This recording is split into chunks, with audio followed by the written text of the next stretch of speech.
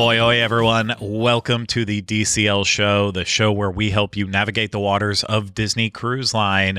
I am your captain today, Craig Williams, and I am joined alongside by the greatest co-captains in the world, including Dreams Unlimited travel agent Elaine Edwards.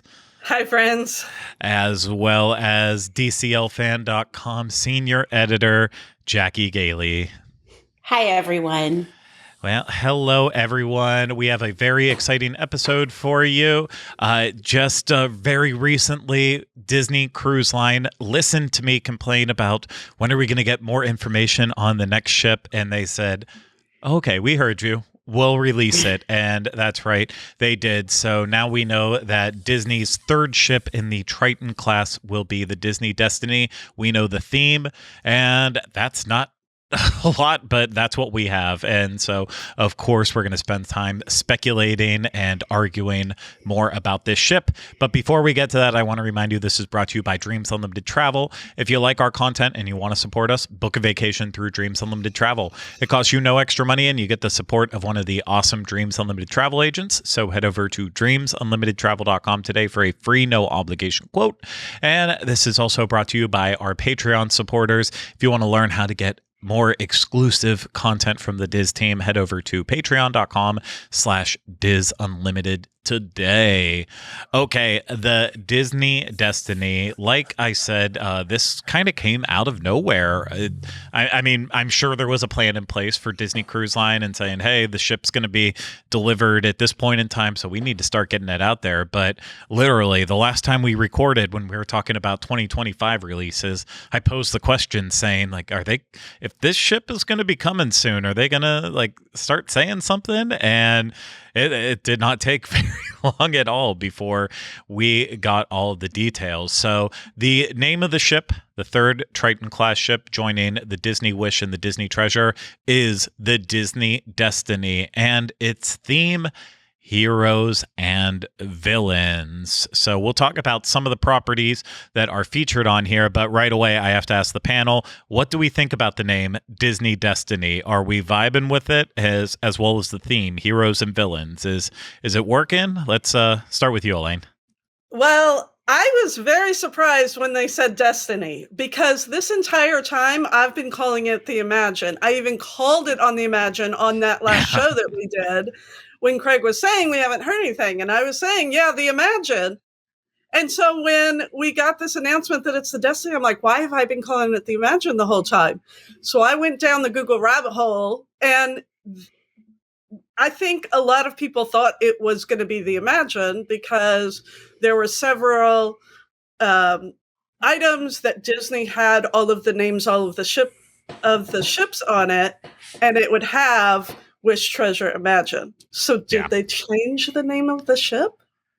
I don't know. But I feel like an idiot after just calling that, and like 2 days after we released that show, then this comes out. So yeah, that happens with us from time to time. I'm still shocked because I thought that they were going to go more of the route of this ship being like Future World or Tomorrowland, because when you look at the Treasure, that's very Adventureland, and when you look at the Disney Wish, it's very much like Fantasyland. And then the one tower suite on the Wish was Moana, which kind of felt like a hint towards what was happening with the Treasure. So I was like, oh well, then when the Treasure, their tower funnel suite is the one based on Spaceship Earth and Future World, I'm like, well, surely that's going to be the theme for the next ship, and then that's going to have a Wish inspired suite, and they're all going to be like kind of play around like that. And nope, I was completely off on that. But I was on that too. I mean, I really thought it was going to be all like imagination and imagining the future and Epcot-y, and I thought that's where we were going with it. Feels like it could have worked. But what do you like the name Destiny, and are you okay with heroes and villains overall? Destiny would not be my first choice as a name of a Disney ship. Maybe like the fifth or sixth down the line from now. Yeah, I mean, you really have to say the Disney Destiny. Like, you have to say it all together. You can't just say, like, the Wish and the Treasure. I feel really weird saying the Destiny. Yeah. So I get it. It's like I'm sailing on my destiny. I'm sailing. I'm sailing on the destiny. I'm sailing your destiny, our destiny. There's so many ways you can go with it, and I have to agree with you. I don't think it's the strongest name, but I'm okay with the theme of it. As much as I would have wanted something tomorrow-ish, Tomorrowland-ish, or Future World-ish, I'm okay with the theme. But Jackie, settle this. Are you pro Destiny or anti Destiny? So I remember when things were swirling around about it being the Imagine, but the thing is that I don't really get attached to anything until Disney announces it, right? Because it's all, perspectives on whatever people think, and so I wasn't surprised. But Destiny is an interesting. It's peculiar to me. It doesn't flow. It doesn't bug me because nothing really grates on my nerves when it comes to all this pixie dusted stuff. But it doesn't flow like all the other names of all the other ships. So I just feel like it's a little odd. I would have preferred it to be Imagine. So, but go ahead. Sorry, go ahead. No, you go. Oh, I was just going to say, but I do like the theme a lot. So I think the theme is really going to open up a lot of possibilities for lots more stories. Yeah. The hard part with the theme being heroes and villains is Destiny actually does work and tie into that from a storytelling perspective. So not to get super nerdy here, but when you're looking at a story, a script, any written piece, when you're looking at the protagonist or a hero's journey, you have, I feel like too many people interchange the words fate and destiny as being kind of like the same thing. And really, fate is what is predetermined in a hero's story, protagonist story, that they can't change the outcome. There's nothing they could do. But with destiny, that is where you have the chance to fulfill your destiny by the choices you make. And so it is very prevalent in a hero's story. And I guess you could be the same in a villain story. Darth Vader didn't get where he was just out of the fate. He made some bad choices along the way. He brutally murdered a bunch of kids that were basically defenseless. So I guess it works on both sides of it. But I do like that it's actually a clever nod in that way. Like Destiny, these heroes or villains, they are making choices that lead them down the path that they led to. So it's actually really clever in that way.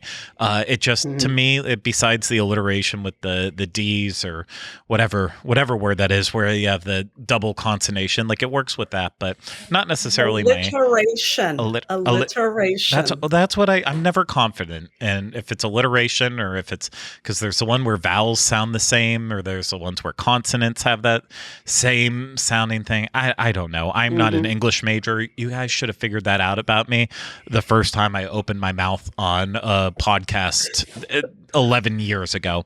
But my poor English aside, okay, so talking about what we should expect on the ship in terms of themes that we see outside of heroes and villains, they've already teased that we will be able to, be inspired by movies like 101 Dalmatians, Hercules, which obviously fits the bill, and then The Lion King. Those are the ones that are completely confirmed because Disney put out the little video that was really comic based, which again fits in really nicely here with heroes and villains and comics, and featured Hades and Cruella de Vil. It was cute. I mean, it was a little long to get to the point for me, but a great piece of marketing to get you excited for it. And I'm okay with these three properties. I feel like Lion King's already getting a little bit with being the adult section, the theme of the stage on the Disney Treasure, but Hercules and 101 Dalmatians are definitely welcome. What do you think about those movies, Jackie? Okay with those ones? Yeah, I'm good with those. I think there's a lot of ways that they can really bring a lot of fun into, especially 101 Dalmatians. Hercules wasn't really something I grew up watching or anything, but I love 101 Dalmatians, and I think there's a lot of fun to be had there. So I'm good with them both. Yeah. Okay. What about you, Elaine? So like you said with the Lion King, I was surprised to see that one again, and because it's not just the theming of the stage, but it's also the theming of the rooms. They have like regular rooms that are Lion King, and then I think the suites, one of them is Lion King as well. So I was very surprised that they were kind of putting a lot on Lion King. I mean, as far as Hercules goes, I could almost see that one lending itself as being one of the stage shows because of all the music and that kind of thing in it, that would, maybe that's why they're pushing it so heavy in that teaser that they gave us. I completely agree. And I brought this up on our Walt Disney World show because I was like, I feel like I remember them developing a Hercules musical. I knew they were doing like a live action version of it, but I remembered a musical. And then I finally like looked it up and saw the photos, the first look photos of the musical that they're putting on, I believe, in Germany. And it looks incredible. And obviously Disney never fully translates it over. It has to look a little different for DCL because of the circumstances of it being a Broadway style show on a cruise ship. So it can't ever be perfect in terms of its translation from a flat stage that's not moving in the ocean to one that is. But if they go that route, it looks absolutely incredible. And Hercules, I feel like, is just, it will always be underutilized in my book. The music's incredible. It is such a good movie, and that would be something completely different. I am so tired of them reusing Beauty and the Beast, Aladdin. If they were going to reuse one of the stage shows from a different ship, I would rather it be Tangled, to be quite honest. But even then, that doesn't fit the hero or villain theme of it. But neither does Beauty and the Beast being on the Disney Treasure. That doesn't really have that same vibe to it, but it is. So, I mean, they're able to go off a little bit, but Hercules would be a great show to have on there. I wouldn't be opposed to Tangled if that's added. And then I have to imagine Seize the Adventure is going to be on this ship too, if I had to guess. I don't know what you think. I think you're right about that one. As long as it's not Beauty and the Beast. Yeah, no Beauty and the Beast. Oh, We've got enough of that. That's one of my favorite stories. It's a lot. Yeah, I agree. But I think Tangled would be cool too, though, because the hero and villain thing. I mean, the Rapunzel's mom is pretty much a real piece of work, isn't she? Yeah, she is. No? The thing about Tangled, though, is she's a villain. I don't necessarily know that you get the heroics from it. So technically Flynn is like kind of a hero in a way for Rapunzel, but a lot of these newer Disney movies, I feel like it's not a defined hero and villain like in some of the older ones. And that's just me being very particular about this stuff. Ultimately, I would be happier with the Tangled show versus the Frozen show, which I believe we not all of us walked out of it when we were on our Alaska cruise. I think I fell asleep maybe, and Rhino walked out of it, and I think Jackie loved it, but Jackie loves everything. I sat down and was waiting and got an email from a client that was very urgent and jumped up and went to the stateroom and worked through it. Yeah. So I tried to watch it. It was fine. It just wasn't. It wasn't as. I even think the Beauty and the Beast show was better than the Frozen show, which I don't like the Beauty and the Beast show at all. So that's such a lot. It's not funny. Yeah. I just want to absorb it all. I just want to soak it all in and.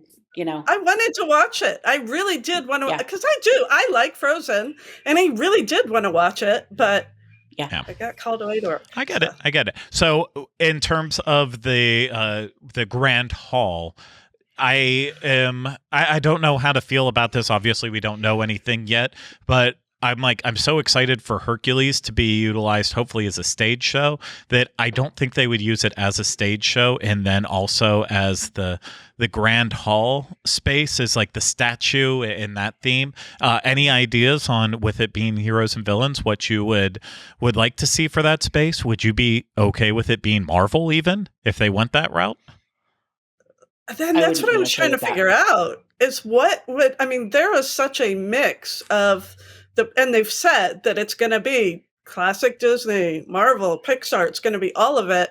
What does the theme of the ship even look like? You know what? I don't even know. I would love to see, in terms of the other movies mentioned, I would love to see a Cruella de Vil statue as the main statue for the Wish with a little scared puppy kind of off to the side, kind of like with Cinderella. You have the little Lucifer off on there. I would love to see that. And I mean, you could really get you could get a little crazy with the theming in there if it was going for more of that sinister look to it. And is there a Disney villain that has as much like sass and iconic like stature as Cruella de Vil? I'm not quite sure. Yeah, she's pretty sassy. Yeah. I would see that.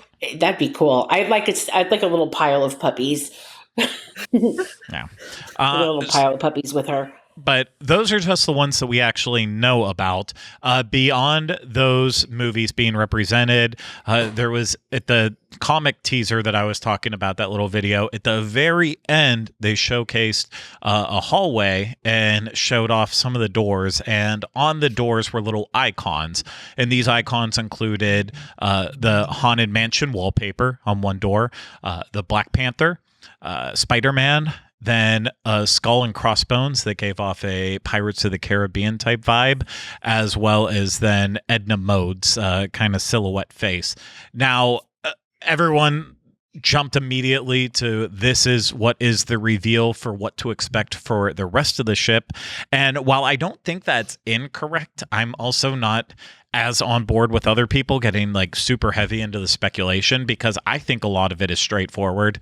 And I'll just say it now, like with the Haunted Mansion, I do think that they're going to bring the Haunted Mansion parlor on this ship too. I think they have been blown away by the reception of the Haunted Mansion parlor and how people are so into it on the Treasure. And that ship hasn't even launched yet. Just the lore, the feeling that's building up inside people for getting the opportunity to experience it one day. I think that sold them on already copying it, and I wouldn't be surprised if one day it makes it to the Wish as well. For the superheroes, I think the superheroes are just how you can already meet Black Panther and Spider-Man in the kids clubs, and that's why they're on there.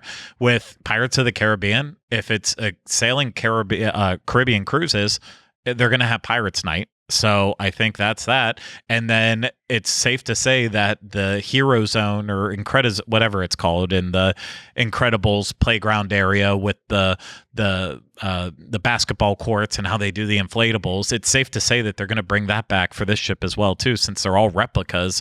So I feel like they're not so much clues, except for maybe the Haunted Mansion one, and beyond that, I think it's all just stating the obvious. Hey, all of this stuff will be back. But that's just my opinion. Sorry, Jackie, to cut you off. I just wanted to finish my thought on that. But what were your thoughts there? Good. I think that people are insanely excited about the Haunted Mansion parlor. I mean, that video clip that they released is just so cool. And that attraction, that whole concept is in a Disney theme park.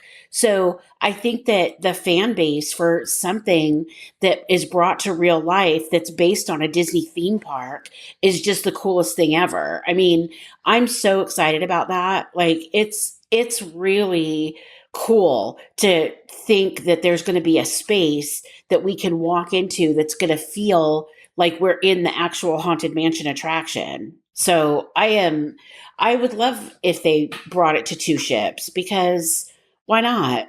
You know, I mean, yep, I get you. Elaine, do you think that these are any bigger than what I've already said? Do you think they're clues for something to the future? And if so, what do you think they are? I took the Spider-Man and Black Panther just to represent Worlds of Marvel, because Worlds of Marvel are on the other two ships. So it's probably going to be on this one as well, and it's probably going to be the same thing. So that's what I took that to be representing. I didn't have a clue about Edna Mode till you said the Hero Zone. That makes complete sense. Yeah, it does make sense exactly what you said. I am surprised about the Haunted Mansion parlor on this one, because how does that fit into the theme? Doesn't. But to be fair, neither did the Star Wars Hyperspace Lounge fit into the Disney Wish. So not at all. I mean, they have to do something. But I mean, that also... It throws into more questions, because we know the ship is being delivered in 2025. So it's safe to say that even if it's like the Treasure, they will have it sailing by the last week of 2025. Right. Beyond that, we don't know if it's going to be sailing out of Port Canaveral. We don't know if it's going to be sailing out of Fort Lauderdale. I think it makes more sense for Fort Lauderdale, personally. That would definitely drive people down there to get on the ship versus all 3 Triton classes sailing out of Port Canaveral. But we don't know any of those details. So if it's one of those things where it's in a complete different market than people who always want to cruise out of Port Canaveral, then I can understand them being like, hey, if this Haunted Mansion bar is what people want, put it in this ship, because they're never going to be at the same location at the same time. So if they want to be on there, let's give them options to be on there. Or if this ship's only going to do 3 and 4 night cruises, and the only other way to experience it was with 7, then we've got to give them the ability to be able to experience it the way that they want. Because they're thinking about that already. They already know what they're doing. Yeah, but it doesn't make sense. With Heroes and Villains, I feel like with the Treasure, everything they've told us on paper, except for a couple small things like the stage shows, everything kind of makes sense in terms of what they're choosing for that ship to keep it in the theme. And with this one, I feel like this is their chance to finally do it right 100% of the way. Make everything on theme, from the bars to the restaurants. And outside of 1923, that is what it is. And I'm okay with that. That one. Same as Paulo and Enchanté. I'm fine with that.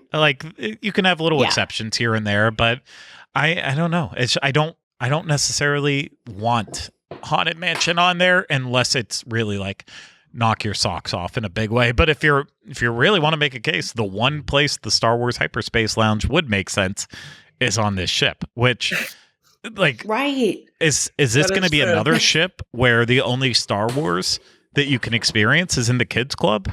That's wild to me that they just are ignoring this entire brand that they own. That is true. But I think, that is true.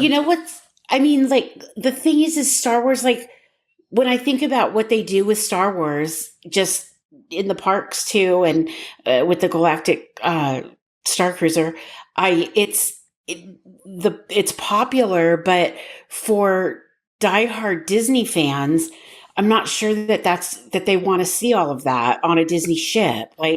Especially Star Wars and Marvel seems odd to me to be on a Disney ship. I don't know. I mean, I understand your perspective from if you're a diehard Disney fan and all you want is Disney, it doesn't fit in that way. But that being said, they should feel the same way about Pixar, because Pixar is the exact same as Star Wars and Marvel. That is something Disney bought. Yeah. That is not a Disney product through and through. And neither are those. And with Star Wars, it feels like lately they're giving people the option to want to enjoy it, whereas Marvel, you're not getting a choice. Now on 2 ships, you have to suffer through Worlds of Marvel, and I feel like on a 3rd ship, you're going to have to just be forced into Worlds of Marvel. And no, I will not tell you to skip it and go to a buffet that doesn't exist at night. So we can get around that. But in terms of the dining, yes, it is safe to assume Worlds of Marvel will be back again, and 1923 will be back. For the Treasure, they changed up Arendelle to Coco. What do we think they'll do with this one? Do we think they'll try to repeat one of those 2 restaurants, or they'll try something new? I think that they'll try something new. So what is the hero and theme movie that has a lot of music in it? I'll tell you in a second. I'll tell you in a second. You tell me. Jackie, what do you think they're going to do, though? I think it's gonna be something along the lines of Encanto. I mean, because but that does, again, heroes and villains. The villain in Encanto is the grandmother essentially, and she's supposed to be the patriarch of the family. Weird times with Disney. Okay, here's where I'm going to tell you what they should be doing, because I've already had a long conversation with my friend Brooke about this, because again, the lack of Star Wars on the ship. So there was this thing called Star Wars Galactic Star Cruiser, which a bunch of angry people on the internet wrote off as an epic fail and such a disaster. And while it obviously is no longer around, it was successful at very many things. And one of the things it was most successful as was as a dining establishment at night, where during the dinner services, both nights you were on there, they managed to tell a full story with characters and serve interesting food, and made it a real unique, one-of-a-kind type thing. And if I had to see a third restaurant on this ship change versus Coco and Arendelle before, I would want them to do a Star Wars restaurant here. And the same, we don't know enough about Coco yet because it hasn't debuted, but I know it's not going to just be like, it's not going to be Miguel out there just telling a story by himself and that's it. It's probably going to be exactly like it is with Arendelle, where you have the two people who are hosting the show, and then characters from Frozen come in, whether it's Anna and Elsa and Kristoff and Olaf, like they all come and tag along here. Star Wars. I figured it was going to be. Sorry, I didn't mean to interrupt you. Go ahead. I just thought with Coco, which we don't know, but in my mind, I had it as like the stage where they had all of the different singing groups coming in, and you might have all of those different singing groups. Well, they said the one story in Coco is going to be us like telling the story all the way through. So okay. Just that's part of it. Yeah. And then they said the other night it's going to be like a celebration with the mariachi band. So I think it's going to kind of be that balance. So with this one, again, with Star Wars, you from Star Cruiser, you already have a formula that was set up there with being able to have two entertainers, being either Gaia and Sandro, or Gaia and Quaini, or whatever the one alien's name was. Like, you have that base there where Gaia could literally be telling the story of whatever Star Wars movies you want it to be. It could be telling the sequel trilogy that people hate, and having Kylo Ren and Rey come out during the dinner, or a droid come out. Like, you have these characters that already exist in this Star Wars canon that are just like storytellers. In Galactic Star Cruiser, they told their own stories, but they could easily tell that story. You could have Lieutenant Croy from the Star Cruiser come on and, ruin everything, and have stormtroopers come out and bust it all up. You already have a model that's in place there. And if you can't figure out how to insert Star Wars anywhere else, here's a place where you can do it. It doesn't have to be a section.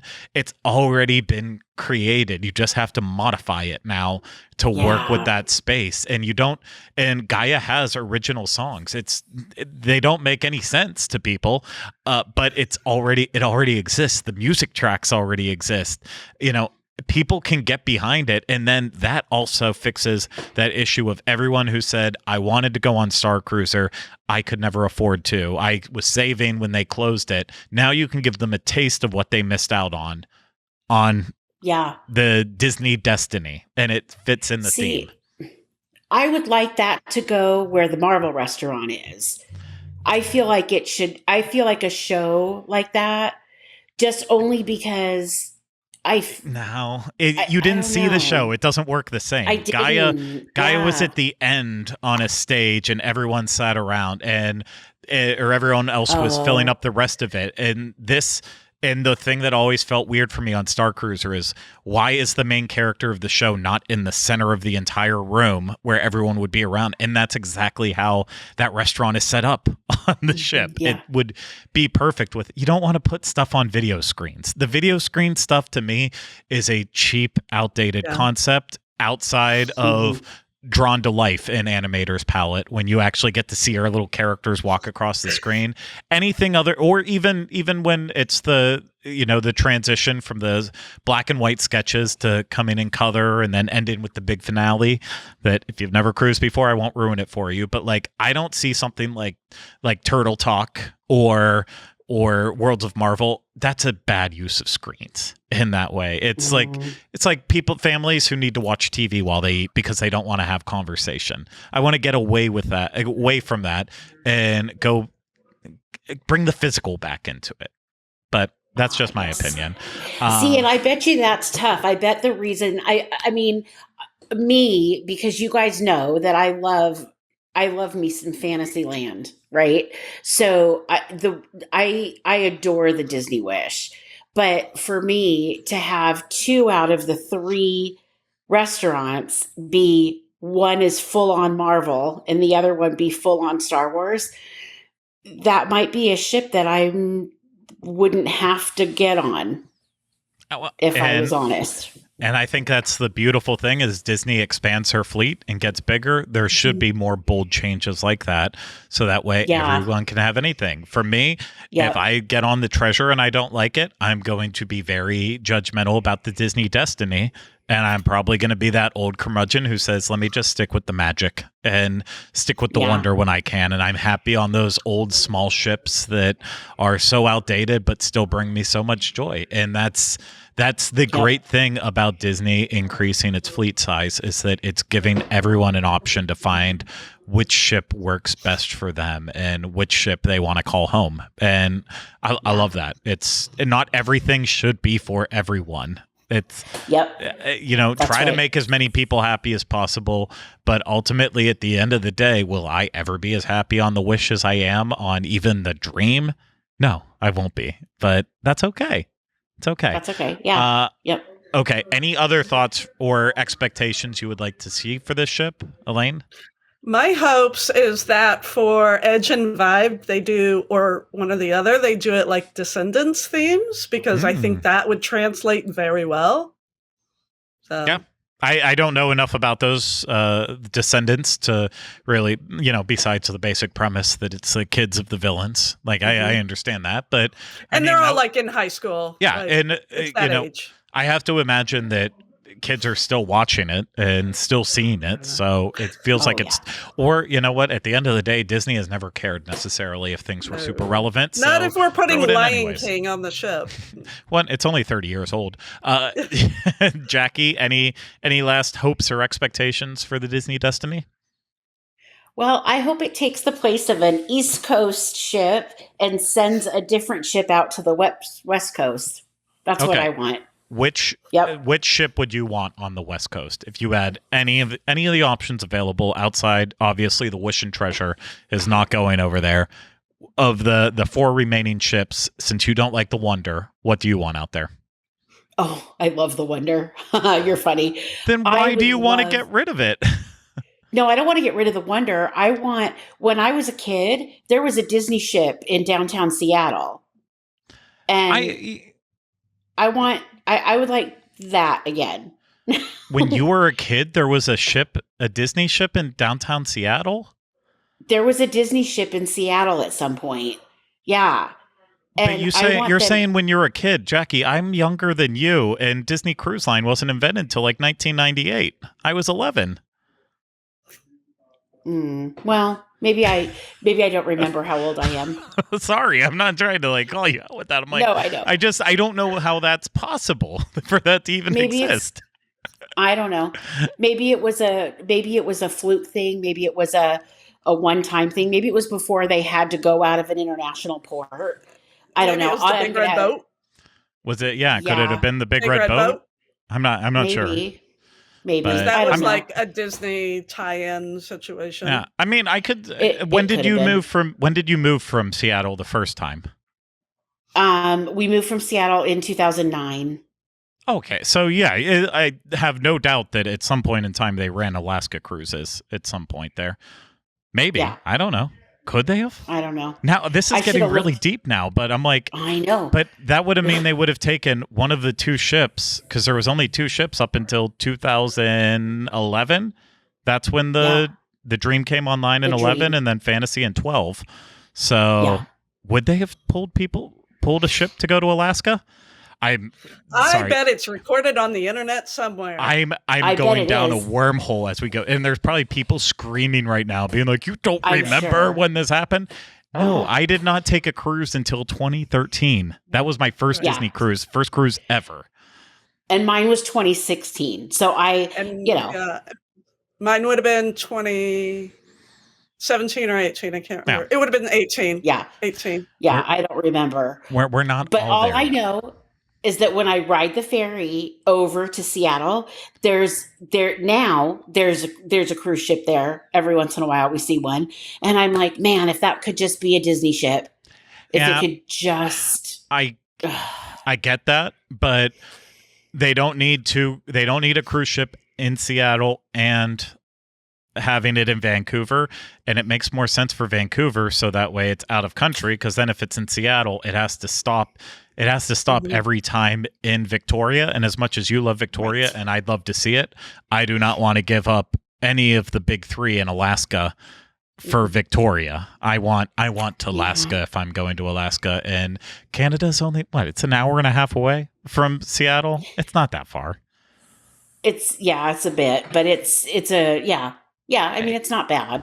And it's got to be less than the drive that you used to have to do from Jacksonville coming down to Florida. Oh, totally. Oh, yeah. I mean, plus the train has been back. So, There you go. It's So unless it that's hits a easy car, peasy. you're fine. And if it hits a car, then you get stopped for a little while. Then, I only know from there's- experience, because the only time I was riding a train that hit a car was on the way from Seattle to Vancouver. And they had No. Yeah, and luckily there was one extra conductor on the train. Normally they only have one conductor, but there happened to be another one riding up, because when they hit a car, they have to, even though it's usually the car's fault that's doing it, they still have to pull the conductor off the train, do a drug test to make sure that they're all okay before they're allowed to get going. So we are able to start back up pretty quickly into the investigation, because we had an extra train conductor on, which was Like- why you get in early, so that way in case your train hits a my car. Gosh. I feel like you have a better chance of winning the lottery than being on a train that hits a car.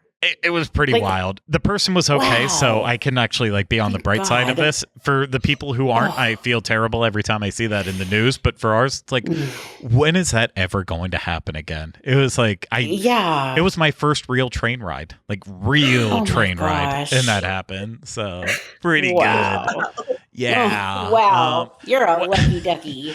Well, this has gone all over the place. I'm glad that people probably have tuned out, because I think we said everything we could about the Disney Destiny at this point. Mm-hmm. Right? That's right. Yeah. We're probably all completely wrong. And I Sure. hope we are to an extent, and I hope Disney has lots of surprises for us for the Destiny, and I don't expect to learn a ton more in the upcoming future. Maybe a little bit of little hints here and there as we move along, but with the Disney Treasure still having to launch later this year, they don't want to detract from that too much. So I think a lot of the good stuff is going to come in early 2025 of what to expect for the ship, but maybe we'll still get a little good nuggets here and there of what to expect with it, and we will keep you filled in every step of the way, as we always do. Maybe not always hours after the announcement has been revealed, but we'll try to make sure we jump in and share our thoughts on the conversation before it gets to be completely irrelevant. That's the most I can say on that. But Jackie and Elaine, thank you so much for having this conversation with me today. Really appreciate you both. Oh, absolutely. Always happy to be here. Thank you. And thank you to everyone out there who took the time to listen and watch this week's episode of the DCL show. If you want to support us more, again, book a vacation through Dreams Unlimited Travel. Get a free no obligation quote today at dreamsunlimitedtravel.com. And if you want to get exclusive Diz Team content, patreon.com/DizUnlimited. If you're watching this on YouTube, subscribe to the channel, leave comments, questions, video suggestions in the comment section. And do all that good stuff. Hit that thumbs up. hit it. If you are listening to this, subscribe wherever you listen to podcasts and leave us ratings and reviews when possible. But that's going to do it for this week's episode of the DCL Show. Again, thanks for sailing with us, and we hope you come back and set sail with us again next time we have an episode of the DCL Show. But until then, remember, you can't get to Castaway Cay except for on Disney Cruise Line.